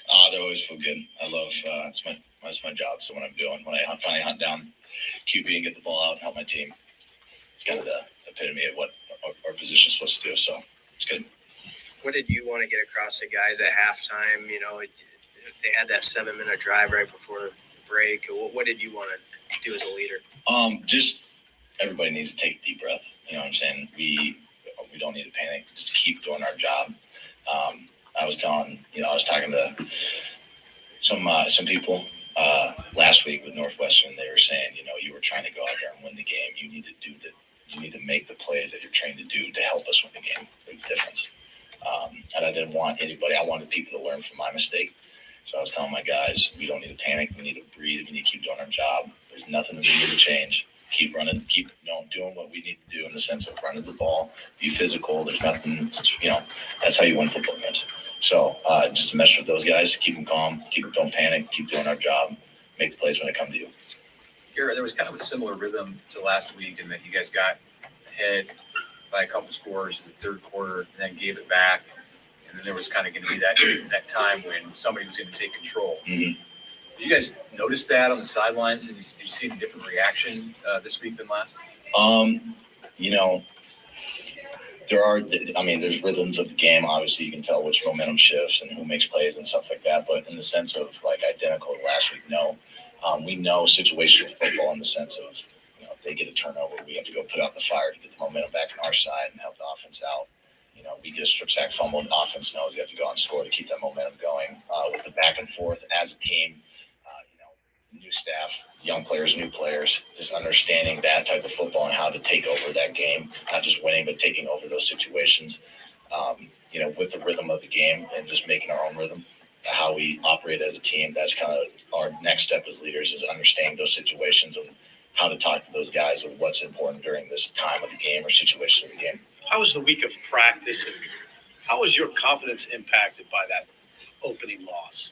Yeah, like I said, I talked to some people. I put a lot of it on my shoulders in the sense of I'm a new leader. That was my first game as a leader, and you come out and do that. I think Northwestern had 500-something yards, the most they had in 2 years. I personally, didn't do anything to help our team win. Splash plays, things like that. I hope you guys know me well enough to take that pretty personally. So, understanding that doesn't, I got a bunch of text messages and talked to people that one game doesn't define me as a leader.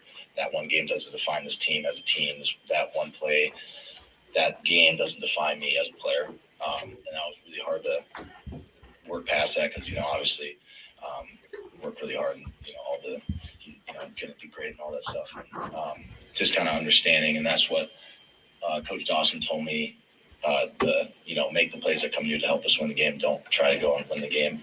Really focusing on my job and the best I can do it and use my leadership as a weapon and not just be a constant rhythm for those guys and not get outside that zone in the sense of trying to do everything. How long did it take you this week to work through that? It took a couple of days. I will admit it. Those guys, Buford helped me out a ton. He hugged me and he told me he loves playing with me. He wouldn't want to play with anybody else, and that kind of, it felt like the weight of the world was on my head, and I wasn't really Garrett. I'm usually a pretty happy guy, I would like to think, and I was just pounding around, honestly. And he grabbed me and told me that, and told me he loved me, and it kind of got me out of that cloud in the sense to start talking to people, and helped me a ton. I really appreciate him doing that. And the people that I talk to, I really appreciate them putting things in perspective as a younger leader and as a leader on the defense, and just understanding how things work. And like I said, just kind of putting things in perspective for myself as a player and as a leader. How close do you think you guys are to being the run defense you really want to be? Like, what are maybe the last few things that you want to put in place? Yeah, that X run that they had, obviously just cleaning up. We always talk about the X runs or just X plays that they have. Those little details, like I was talking to Miles, he was being the edge there, and I'm coming down in a blitz or whatever. And he doesn't need to jump out to the QB. He needs to tackle the dive and just getting eyes right, pretty much in a long-winded version.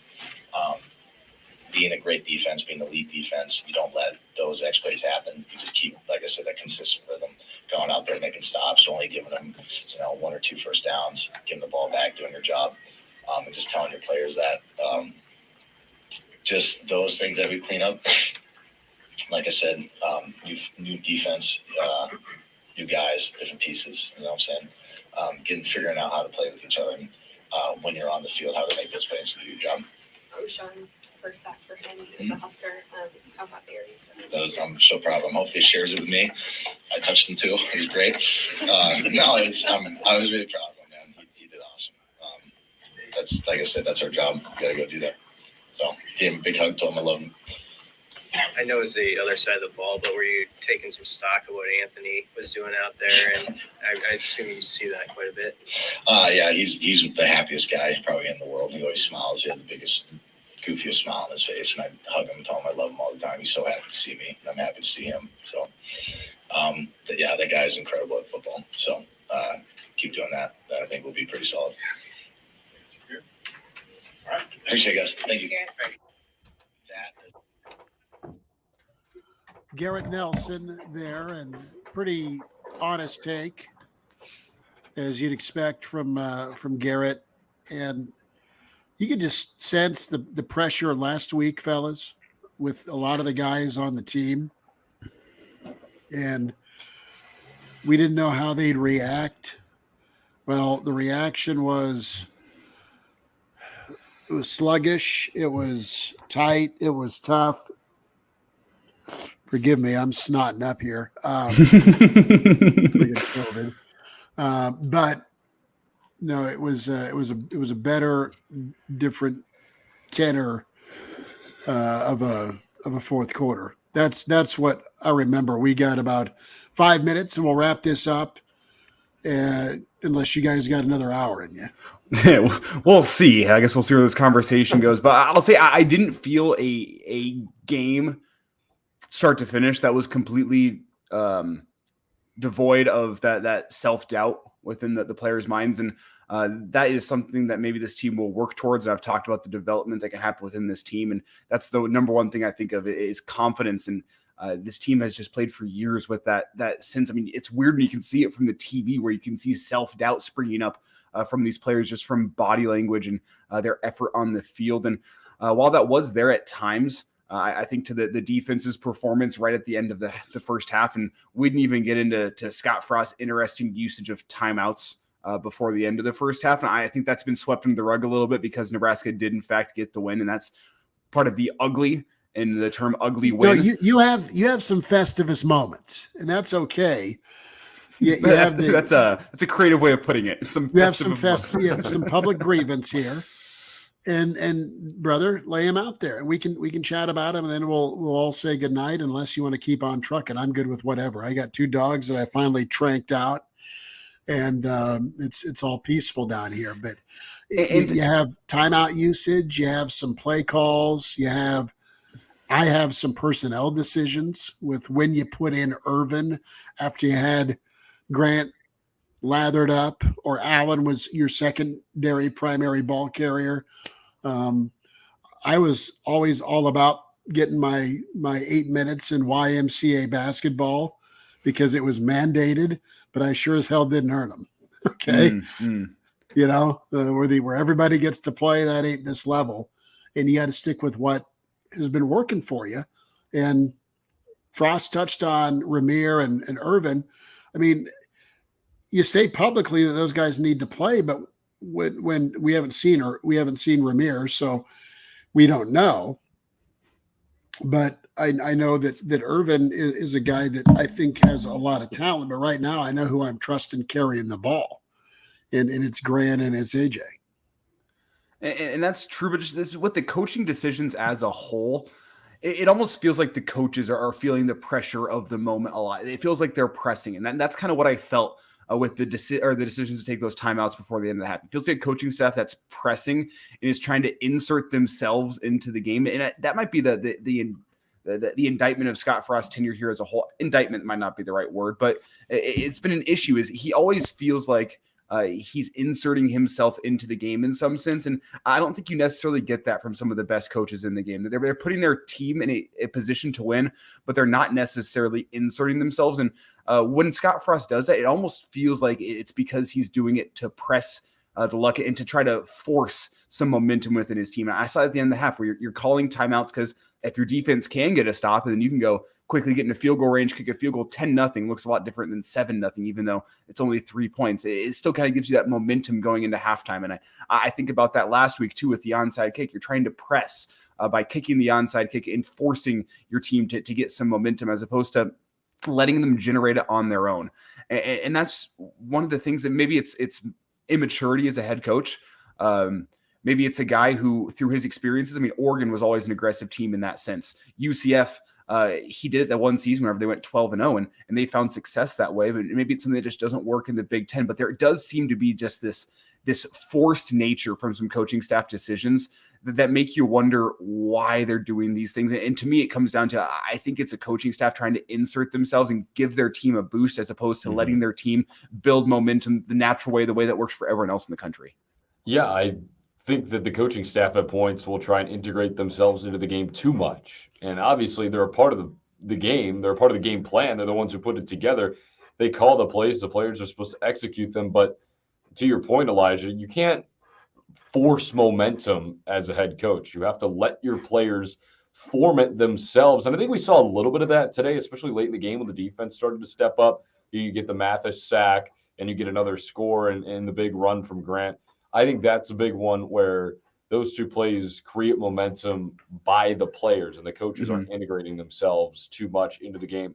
And one more point that I'd like to make on the self-doubt that the players may have. I think the message this week from the coaching staff is you got to go up to your position group, whichever one you're coaching, in a meeting, say, hey, whenever you step in between the lines, you got to think you're the baddest dude on the field. And that's what everybody in the Big Ten thinks about themselves. And you have to have that mentality. You are the best player on the field each and every single time you step in between those lines. Don't be arrogant about it. Don't have an ego about it, but have that mindset. Say, hey, if I'm asked to go make a play, I can make sure my coaches trust me to go make that play. I know I can go make that play. I think that's got to be a big teaching moment, especially in this week leading up into Georgia Southern, which will be a big game for this program. And if the players can really regain that self-confidence, like Garrett Nelson did this past week, I think that could go a long way mentally for this football program.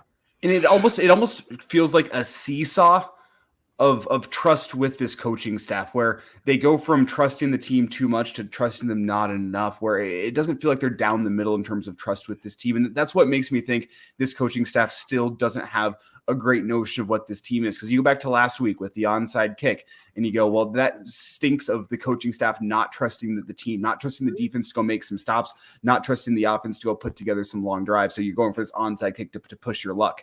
And then you flip it back this way and you seesaw toward. Now you're taking timeouts before halftime because you're saying, well, the defense is going to get a stop here. And this is how I read it at home. Maybe this is completely wrong. Maybe it's a coaching staff that's trying to keep their defense fresh before half, which still doesn't make sense to go timeout. That doesn't make much sense. But there seems to be a disconnect between the team and the coaching staff in terms of trusting each other at this moment in time. I don't think they know one another in these live moments, because of the newness. I mean, it's one thing to do spring ball. It's one thing to bounce ideas off in the coaches' offices. It's one thing to do fall camp. And then you have one game underneath your belt in Northwestern, and they went kablooey on you, right? And now you're in game 2. They're still trying to feel it out as much as anything.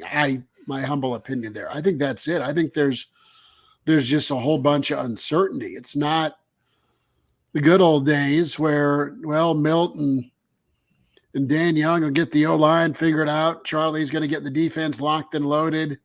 George will have the secondary ready to go. Tony will have the defensive ends screaming off the edge, and Frank will have those running backs ready to go. Me and Turner have the quarterbacks, and Ron's got the wideouts and tight ends. Oh, and by the way, it's been that way for a quarter of a century. I mean, it's a continuity that is, again, you can't microwave. You can't microwave offensive, defensive linemen, and you can't microwave staff tendency, knowledge, and cohesion. I mean, that's the biggest part of it, man, is can your staff put the right plan together, and then what's plan A, B, and C if there's an adjustment that needs to happen. It was a big step for me that they won it running the football. Don't care how, don't care who, they committed to it. That was big. And I hope it doesn't get forgotten come Big Ten time, because that might be a way you ice one out. Notre Dame is doing whatever they want right now against Ohio State with the quarterback run game. The Irish are back in front, 87-yard drive to punch it in, 10-7. And Ohio State's still a mess on their defensive line. They're still soft. As good as Ryan Day's offense is, and I know Smith and Jigba got absolutely annihilated, so he's not been back in. This offense is way too patty cake compared to what it used to be. They're great at flinging the football around, but they're not great, my friends, stopping the run. I'm trying to think of which Ohio State Buckeye it was. A great receiver from like somewhere in the 2009 era, Schmidt, if you can remember off the top of your head. Pre-Big Ten. I got the receiving yards stats. Let's pull up in front of me and see if I can figure it out. Was it the former senator? It was not. It was Santonio Holmes. Okay. Yeah. Played for Pittsburgh and New So, York and then shot himself. Yeah. No. Santonio Holmes didn't shoot himself. Plaxico. I'm getting my Big Ten wide receivers mixed up. Plaxico is at Michigan State. Forgive me. Yeah, no, Santonio won a Super Bowl with Pittsburgh. Yeah. Anyway, where I'm going with this is Santonio Holmes, a guy who knows the Big Ten pretty well from playing in it back in especially the mid 2000s when the Big Ten really was what you think of when you think of the Big Ten. And I had a friend who caddied for him at a celebrity golf tournament. And one of the things he knows, he went to an Ohio State practice, I think it was like the week before. One thing he said was, Ryan Day does not have this team prepared physically. He's letting them get soft by letting them go with this flashy offense. And it was a big worry. And it might be a case where this is starting to rear its ugly head, because how do you beat Ohio State? You run at them. You out physical. That's what Michigan did last year. When you go back and look at the recent Ohio State losses, and Oregon. And damn near Utah. That's what I'm saying. Is that's how you go beat this Ohio State team. And you wonder, like, man, how does this Nebraska team find success in the Big Ten? It's along the lines of scrimmage. How different does this Nebraska team look today if you go back to, say, the recruitment of Wan'Dale Robinson and guys of that tenure around that time, and Maurice Washington and these skill position guys that you think, man, this is what Nebraska needed. This is going to change what we think of Nebraska football. If instead of those recruiting battles, Nebraska was going and beating the likes of Michigan and Wisconsin and Ohio State for offensive linemen, how different this Nebraska team right now would look. And while we said it was going to be a 5-year rebuild for Scott Frost, I think you can see that the mistakes that were made in the first 3 years in terms of talent evaluation and what was needed in the Big Ten is still rearing its ugly head with this Husker football team on the lines of scrimmage. And that was kind of where I wanted to go to wrap up this reaction show was Nebraska. How do they build momentum this season? How do they get things quote unquote right? How do they start passing the eye test? And it's going to start with the lines of scrimmage. As long as the offensive line plays like they played in the first half today, or as long as the defensive line is allowing 4 yards per carry to a team like North Dakota. Now, I believe even Northwestern last week was at 4.8. As long as you're allowing that, you are going to struggle to win football games. And that's what kept Nebraska in football games last season, was the fact that defense finally got the run defense a little bit more sound, where you were bringing that yards per carry down from previous years. And the defense played a lot better as a whole. And if Nebraska wants to figure things out offensively in the Big Ten, it's going to start with developing a sound running game with your running backs and being able to lean on that. And it's awesome that Nebraska was able to do that against North Dakota today. It's still a big question mark whether or not they'll be able to do it against a team like Oklahoma in 2 weeks, or against in Illinois, in Indiana. Based on what I saw last night, Nebraska is going to struggle in those games unless that offensive line can take a big step in terms of opening up holes for Anthony Grant. Because we all saw today, Anthony Grant is your guy at running back. But that was what we let off the show with. That's the big positive from this game today, is you found your guy. And if Anthony Grant can get a little bit of running room, I trust him more than any back, probably dating back to Terrell Newby at Nebraska, in terms of being able to go pile up some yardage during a football game. You found that. Now you just need to get that complementary aspect of your offense and get an offensive line that can just give them room to do enough, because a great running back can make your offensive line look better than it is. And I don't think this offensive line is going to be great this season, but if they can do just enough, Anthony Grant should be able to make them look good enough that they're going to be able to compete in Big Ten games. And that's where the development comes down to for me, is that offensive line being able to do just enough for Anthony Grant, and that defensive front being able to do just enough to force teams into a 3rd and 6 as opposed to a 3rd and 4. 3rd and 4, an offense can do a lot. 3rd and 6, they have to run the ball. You can pin your ears back. You can get those rushers after the quarterback. And those, I don't want to say it's two simple things, because it's two big tasks based on what we've seen in the first 2 games of the year. But that's why there's still hope for this season. Nebraska needs to figure out that. And you can do it with scheme. We saw that today with the unbalanced lines. And we saw it in previous years with Nebraska with being able to do some blitzing, to be able to stop on some assumed run downs. If Nebraska can start getting that figured out, there is encouragement for the future. You know what? I'll take 244 on the ground, 6 a carry, 3 rushing touchdowns. It's the first step towards what I'm talking about. It's the first step. I know it's North Dakota, but it is the first step. No, that's just it. Defensive line, they've got the bodies. They just got to do the job. They have the bodies on the interior, and it needs to be a lot better because they're getting run up the middle on obvious rundowns. It's 3rd and 3, 3rd and 4, and that's how people are going to go do business against them.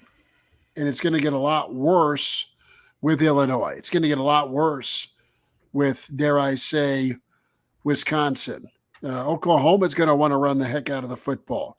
Mm-hmm. And Brent Venables, I don't know a lot about his offensive coordinator, but Brent Venables, just on how he plays or how he styles his defense, just strikes me as a run the damn ball kind of guy. Well, his coordinator's the former Ole Miss OC, former Central Florida. Yep. OC. Okay, yeah, that's right. There's a lot of spread to them, but OU is going to be good with their run game.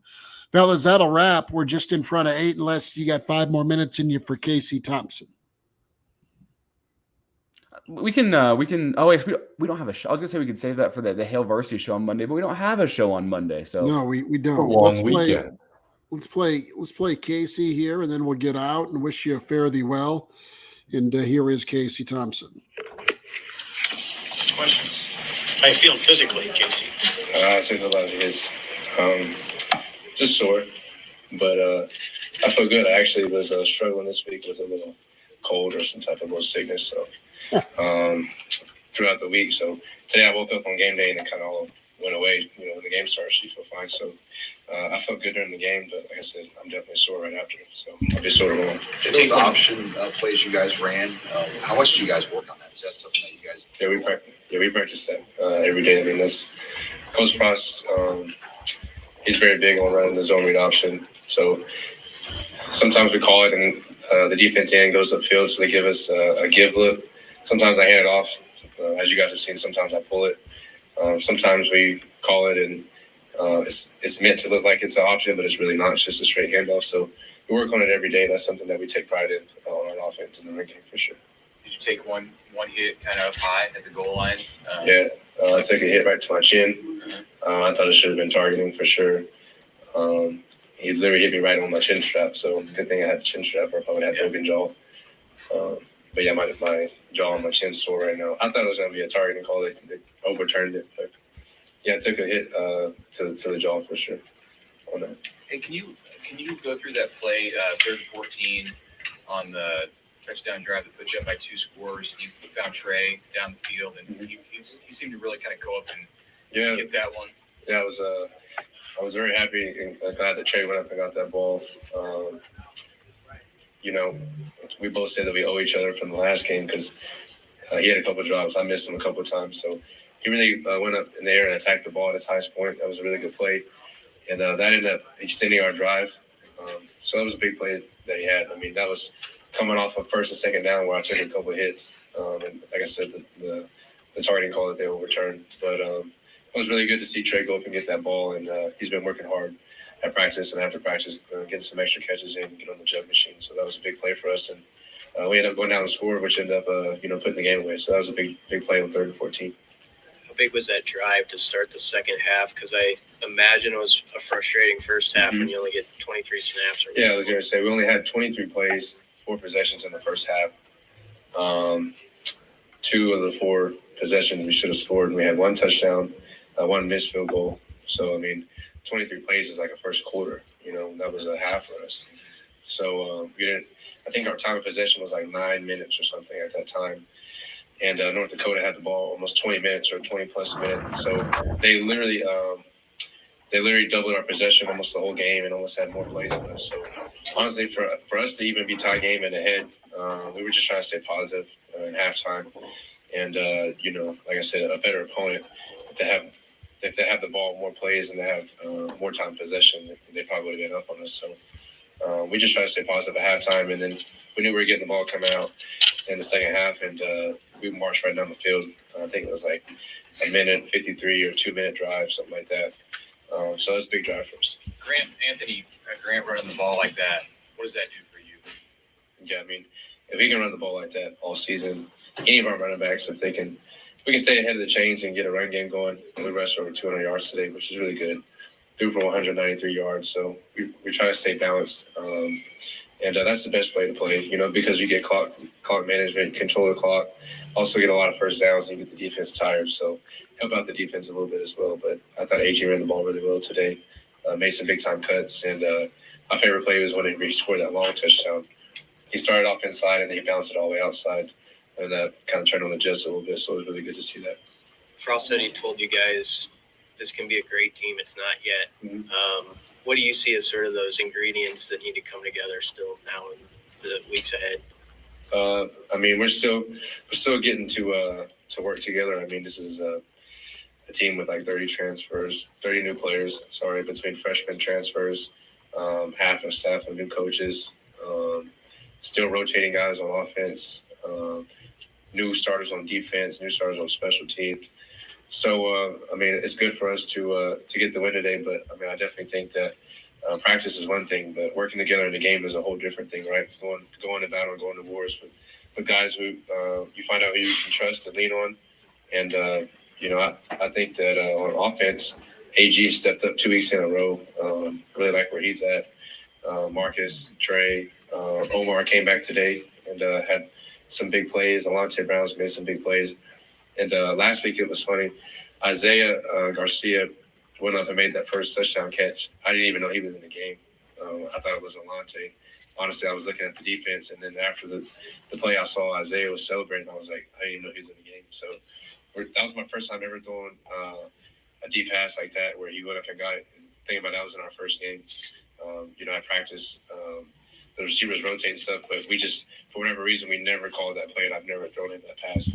Literally our first time was in the game, so we're still getting reps as we go on the fly in the game. So we're still working together. We're still new, but we have to put it together very quickly. I think in the second half, we were able to run the ball better, get a lot of first downs, and play better defense. So honestly, we just have to play 4 quarters of football. Thank you. Thank you, Keith. All right. Thank you, guys. That'll wrap for us. Real Red Reaction presented to you, powered by your friends at Currency. Big thanks to them for jumping on board as sponsor for Real Red Reaction. We'll be back next week after the Georgia Southern Nebraska game. And I'll hope to be back in studio next week. Elijah, big thanks to you, man. Connor, big thanks to you guys. Good working with you this morning and tonight. And have yourselves a good weekend. And holiday weekend back at you Tuesday with Hail Varsity at 4. You're muted. I can't read your lips there, Pedro. I'll add one more thing before we get out here, and that's we'd love to get your feedback on this stream only. What can we improve? Drop us some comments, send us some emails, let you know what you think. As we've said before on the Hail Varsity Show, we do this for you, the people, to get your reaction, talk about it, and we wouldn't have a show without you people at home. So let us know what you think, what you'd like us to improve. This is a little bit of a work in progress for us, and I think it went pretty well today, but we always want to make improvements. We want the show to be the best as possible. So please reach out, send us a tweet, send us a text, send us an email. Let us know what you think, how you want us to improve it, and we'll work on making the show the best possible for you, the fan. Good enough. You guys have a good night. We'll talk to you on Tuesday.